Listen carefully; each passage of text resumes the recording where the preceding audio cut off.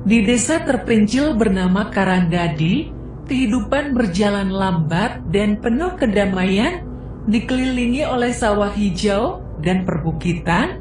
Desa ini jarang sekali mengalami gangguan dari luar. Namun, suasana berubah drastis saat malam tiba.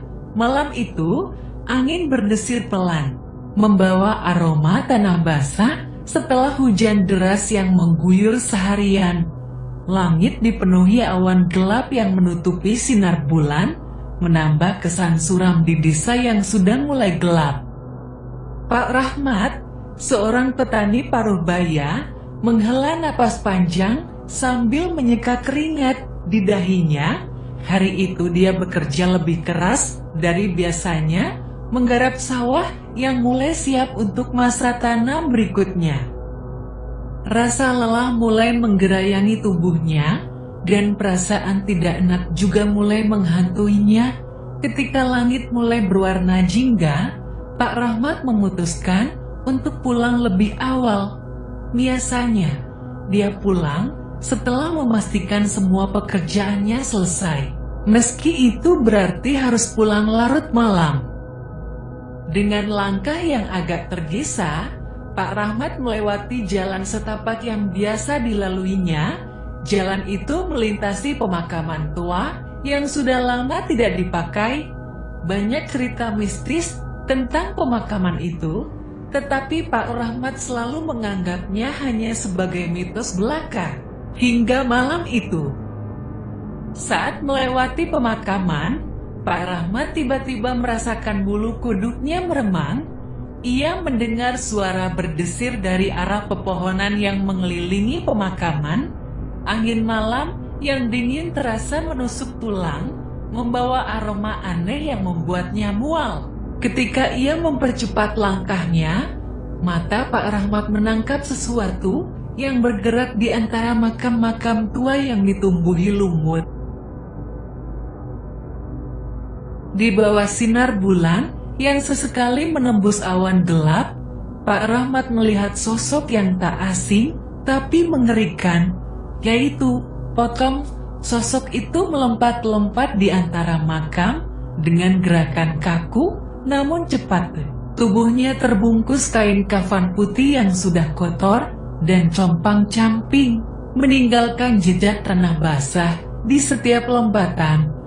Wajahnya yang pucat dan menakutkan hanya terlihat sekilas, tetapi cukup untuk membuat darah Pak Rahmat membeku. Rasa takut yang mencekam membuat Pak Rahmat sulit bergerak. Namun, insting bertahan hidupnya segera mengambil alih. Dengan napas yang tersengal-sengal, ia berlari sekencang mungkin meninggalkan pemakaman. Suara langkah kakinya menggema di jalan setapak yang sepi, seolah mengejar bayangan mengerikan yang baru saja dilihatnya. Setibanya di rumah, Pak Rahmat langsung menutup pintu dengan keras, membuat istrinya, Bu Rahma, terkejut. "Ada apa, Pak? Kenapa wajahmu pucat begitu?" tanya Bu Rahma dengan cemas. Pak Rahmat yang masih terengah-engah menceritakan apa yang baru saja dialaminya. Wajah Bu Rahma pun berubah pucat mendengar cerita suaminya. "Mungkin kita harus memberitahu Pak Kepala Desa," kata Bu Rahma dengan suara bergetar. "Ini bisa jadi pertanda buruk."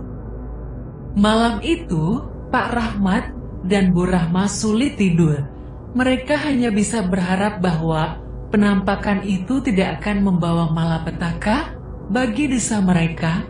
Namun, firasat buruk terus menghantui mereka, seolah mengisyaratkan bahwa kejadian malam itu hanya awal dari sesuatu yang lebih mengerikan. Berita tentang penampakan pocong di pemakaman tua cepat menyebar di desa Karanggadi. Para tetangga yang biasanya ramah dan suka bergosip, kali ini membicarakan kejadian itu dengan nada serius dan penuh ketakutan. Desa yang biasanya tenang kini diliputi rasa was-was. Setiap orang bertanya-tanya, Apakah penampakan itu nyata atau hanya imajinasi Pak Rahmat? Pak Arifin, kepala desa yang bijaksana dan disegani, mendengar cerita tersebut dengan penuh perhatian. Ia tahu bahwa hal seperti ini tidak bisa dianggap remeh, terutama jika melibatkan ketakutan kolektif warganya. Setelah mendengar kesaksian Pak Rahmat, Pak Arifin memutuskan untuk mengadakan pertemuan darurat di balai desa. Malam itu, balai desa dipenuhi oleh warga yang datang dengan rasa ingin tahu dan kekhawatiran. Pak Arifin berdiri di depan ruangan, menunggu hingga semua orang tenang. Saudara-saudara sekalian, katanya, kita telah mendengar tentang penampakan yang dialami Pak Rahmat. Kita tidak bisa mengabaikannya begitu saja. Warga desa mulai saling berbisik, mengeluarkan pendapat dan teori masing-masing. Beberapa mengatakan bahwa pocong itu mungkin arwah gentayangan yang tidak tenang, sementara yang lain menganggap itu sebagai pertanda buruk. Kita harus mencari tahu apa yang sebenarnya terjadi, lanjut Pak Arifin. Besok, saya akan memimpin beberapa pemuda desa untuk memeriksa pemakaman tua itu. Kita harus memastikan bahwa tidak ada yang mengganggu ketenangan kita di sini. Malam itu, warga desa kembali ke rumah masing-masing dengan perasaan campur aduk. Mereka hanya bisa berharap bahwa pertemuan dan penyelidikan yang akan dilakukan bisa membawa jawaban dan mengembalikan ketenangan di desa Karanggadi. Keesokan harinya, suasana desa Karanggadi masih terasa tegang. Penduduk desa yang biasanya saling sapa dengan senyum ramah, kini tampak lebih waspada dan cemas. Cerita tentang penampakan pocong yang dialami Pak Rahmat semalam terus menjadi bahan pembicaraan. Banyak yang merasakan ketakutan yang sama, meskipun belum ada yang melihat sosok pocong itu sendiri. Pak Arifin, kepala desa yang bijaksana, tidak tinggal diam. Dia mengumpulkan beberapa pemuda pemberani, termasuk Rudi, Joko, dan Budi, untuk melakukan penyelidikan di pemakaman tua. Sebelum berangkat, mereka berkumpul di balai desa untuk merencanakan tindakan mereka. Pak Arifin memberikan instruksi dengan tegas dan hati-hati. Mereka membawa obor, cangkul, dan beberapa peralatan lainnya untuk berjaga-jaga. Malam itu, suasana desa semakin mencekam. Warga memilih untuk tidak keluar rumah setelah matahari terbenam. Lampu-lampu di rumah dinyalakan lebih awal dan pintu-pintu dikunci rapat. Meskipun begitu, teror tidak berhenti hanya karena mereka berlindung di dalam rumah. Bu Narti, seorang janda yang tinggal sendirian, seringkali merasa kesepian. Namun, malam itu rasa sepi berubah menjadi rasa takut yang luar biasa. Sekitar pukul 11 malam, saat Bu Narti sedang menonton televisi, ia mendengar suara ketukan pelan di pintu depan rumahnya. Ketukan itu terdengar berulang kali, semakin lama semakin keras. Jantung Bu Narti berdegup kencang.